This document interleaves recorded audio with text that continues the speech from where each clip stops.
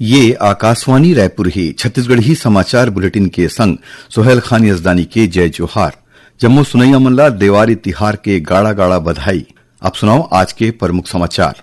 दिया के तिहार देवारी आज छत्तीसगढ़ समेत जम्मू देश भर में बड़ उत्साह के संग मनाए जावत है। प्रधानमंत्री नरेंद्र मोदी आज गोवा और कारवार तट में INS विक्रांत में नौसेना के जवान मन संग मनाइन देवारी तिहार और प्रधानमंत्री लोगन मन ले स्वदेशी उत्पाद ला खरीद के तिहार मनाए के करीन आह्वान। अब समाचार विस्तार ले। कार्तिक अमावस्या के दिन मनाए जाने वाला दिया के तिहार देवारी आज छत्तीसगढ़ समेत जम्मू देश भर में बड़ उत्साह के संग मनाए जावत है। ये तिहार अंधकार और निराशा ला दुरिया भगा के लोगन मन के जिंदगी में सुख शांति और समृद्धि लाए के तिहार हरे। देवारी के मौका में आज लोगन मन के घर बार में दिया और बिजली के रंग बिरंगा झालर मन के रोशनी जगमगावत हवे। ऐसा मान्यता हवे कि लंका में जीत हासिल करे के बाद भगवान राम के अयोध्या पहुंचे के खुशी में लोगन मन दिया बार के उखर स्वागत करे रहीन। एकरे सेती एक खुशी में आज के दिन देवारी तिहार मनाए जाते। देवारी के मौका में ए बेरा छत्तीसगढ़ के आने आने शहर और गांव मन में लोगन मन लक्ष्मी पूजा के तैयारी करत हवे। घर और अंगना ला दिया बार के रोशन करे गे हवे। घर के बाहर सुघ्घर रंगोली घलो बनाए गे हवे और लइका मन आतिशबाजी घलो शुरू कर दिन हवे। देवारी के मौका में आज बिहनिया ले लोगन मन खरीदारी करत रहीन। बाजार में ग्राहक मन के भीड़ देखेला मिलत थे। लोगन मन मिठाई पटाखा और कपड़ा के संगे संग मौसमी फल के घलो खरीदी करत हवे। उन्हें पूजा बर देवी लक्ष्मी के आकर्षक मूर्ति और अपन घर ला सजाए के जिनिस घलो खरीदत हवे। समृद्धि के प्रतीक माने जाने वाला धान के बाली ले बने झालर यानी फाता के मांग घलो रहीस। ज्योति परब देवारी में लोगन मन सोना चांदी के संगे संग बर्तन के घलो जम के खरीदारी करत हवे।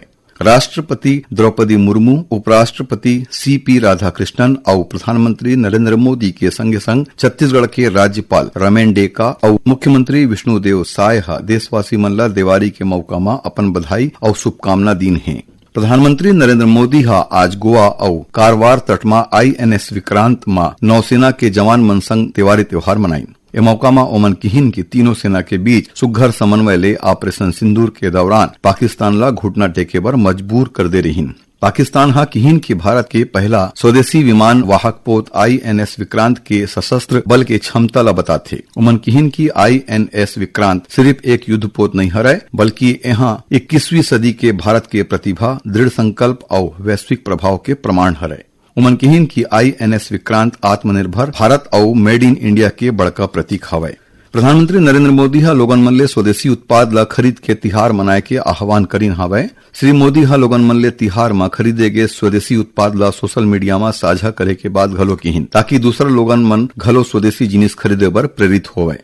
MyGov इंडिया में करे गे एक ठीन पोस्ट के जवाब में श्री मोदी लोगन मन ले किहिन की भारत में बने उत्पाद ला खरीदें और गर्व ले कहें कि ए जम्मो जिनिस स्वदेशी हवे। प्रधानमंत्री के ए अपील स्थानीय उद्योग और उहाँ के काम करैया मन ला बढ़ावा दे खातिर जारी करेगे राष्ट्रव्यापी अभियान के बीच आइस जौन आत्मनिर्भरता और आर्थिक सशक्तिकरण के संदेश देथे। ये पहल के समर्थन में MyGov इंडिया दीपावली मनाए और स्वदेशी को सशक्त बनाए शीर्षक ले एक ठीन अभियान के शुरुआत करीन हवे। जेमा मनखे मन ले ए तिहार के मौका में सिर्फ स्वदेशी उत्पाद खरीदे के संकल्प लेबर आह्वान करेगे हवे। यही बीच आँखी रोग डॉक्टर मन देवारी तिहार में पटाखा जलाए के बेरा आँखी के सुरक्षा खातिर विशेष सावधानी बरते के सलाह दीन हवे। डॉक्टर मन खुला मैदान या फिर खुला जगह में पटाखा जलाए बर किहिन है। पटाखा जलाए के बेरा संग में साफ पानी ला ढक के जरूर रखें। एकर अलावा रोड ऊपर और अवई जवई वाला जगह मन में पटाखा झन फोड़े। आतिशबाजी करे के बेरा सादा चश्मा पहिरे। संगे संग पटाखा जलाए बर लंबा डंडी के इस्तेमाल करें। उन्हें डॉक्टर मन पटाखा जलाए के बेरा लइका मन ऊपर खास ध्यान देवे के बाद घलो किहिन है। छत्तीसगढ़ी समाचार बुलेटिन आप मन आकाशवाणी रायपुर ले सुनत हवो। छत्तीसगढ़ के खबर ले है आपकी वास्ता और खबर के विश्वसनीयता ले है हमार वास्ता।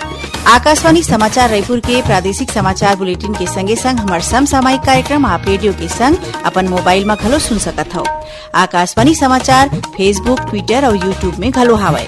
हमार फेसबुक पेज हरे Chhattisgarh news on AIR, Twitter handle CGAIR news और हमार यूट्यूब चैनल हरे छत्तीसगढ़ AIR न्यूज।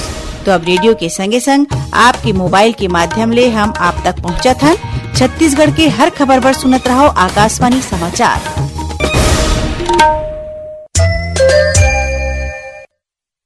आओ अब आगू बढ़बो बाचे समाचार कोती। केंद्र सरकार डहारले जीएसटी में करेगी सुधार ले छत्तीसगढ़ के लोगन मन ला घलो फायदा पहुंचत हवे। मुंगेली जिला के किसनहा शिव प्रसाद के कहना है कि ओला नवा ट्रैक्टर खरीदी में 50 ले 60 हजार रूपया तक के छूट मिले हवे, जेकर ले ओहा बड़ खुश हवे। उन्हें दुर्ग जिला के सुपर्णा डेह बताइन कि जीएसटी में करेगे सुधार के सेती ओला रोजमर्रा के जिनिस सस्ता दाम में मिलत हवे। उमन किहिन के केंद्र सरकार डहारले तिहार के बीच लेगे ए फैसला काफी फायदेमंद साबित होवत है। मुख्यमंत्री विष्णुदेव साय काली जसपुर जिला के कंडोरा गांव में अखिल भारतीय रौतिया समाज विकास परिषद डहारले आयोजित करेगे सोहरई कर्मा महोत्सव में शामिल हुईन। ए मौका में उमन कुनकुरी में 20 लाख रुपया के लागत ले बने रौतिया समाज के सामुदायिक भवन के लोकार्पण घलो करीन। संगे संग ग्राम पंचायत कंडोरा में 50 लाख रुपया के लागत ले बनने वाला रौतिया भवन बनाए खातिर भूमि पूजन करीन। ए मौका में मुख्यमंत्री हा कंडोरा गांव में कर्मा अखरा बनाए सेती 50 लाख रुपया और रायपुर में रौतिया भवन पहुंचे के रद्दा बर 25 लाख रुपया देवे के घोषणा करीन। उमन रौतिया समाज के वीर शहीद बख्तर साय और मुंडल सिंह के फोटो पर फूल माला चढ़ा के उमन ला नमन करीन। वोकल फॉर लोकल अभियान ला साकार करत कोरिया जिला के स्व सहायता समूह मन के माइलोगिन डहार ले देवारी परब के मौका में तैयार करेगे उत्पाद न सिर्फ घर ला रोशन करत है बल्कि उखर आर्थिक स्थिति ला घलो मजबूत बनावत हवे। बैकुंठपुर विकास खंड में उन्नति महिला संकुल संगठन और देशभक्ति महिला संकुल संगठन ले जुड़े माई लोगिन मन हा आने आने रंग ले सजे सुग्गर मिट्टी के दिया, डिजाइनर दिया, सजावटी झूमर, शुभलाभ स्टिकर और कतकोन घरेलू सजावट के जिनिस तैयार करीन हवे।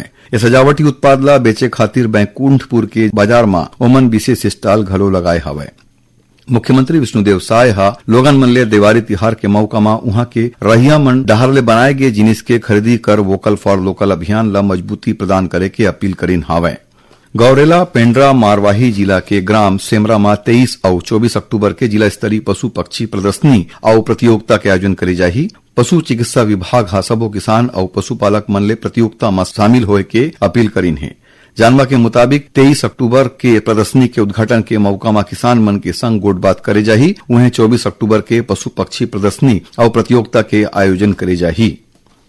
प्रकृति और जैव विविधता संरक्षण ला बढ़ावा दे सेती बटरफ्लाई और मोथ सर्वे के आयोजन 6 ले 8 नवंबर तक बारनावापारा वन्य जीव अभ्यारण्य में करे जाही।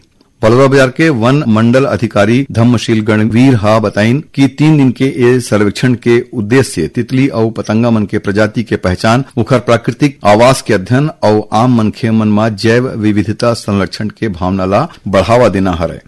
आखिर में प्रमुख समाचार एक घाव फेर। दिया के त्योहार देवारी आज छत्तीसगढ़ समेत जम्मू देश भर में बड़ उत्साह के संग मनाए जावत थे। प्रधानमंत्री नरेंद्र मोदी हा आज गोवा और कारवार तट में INS विक्रांत में नौसेना के जवान मन संग मनाइन देवारी तिहार और प्रधानमंत्री हा लोगन मन ले स्वदेशी उत्पाद ला खरीद के तिहार मनाए के करीन आह्वान। एकरे संग छत्तीसगढ़ी समाचार बुलेटिन इहे सिरावत है। जय जोहार।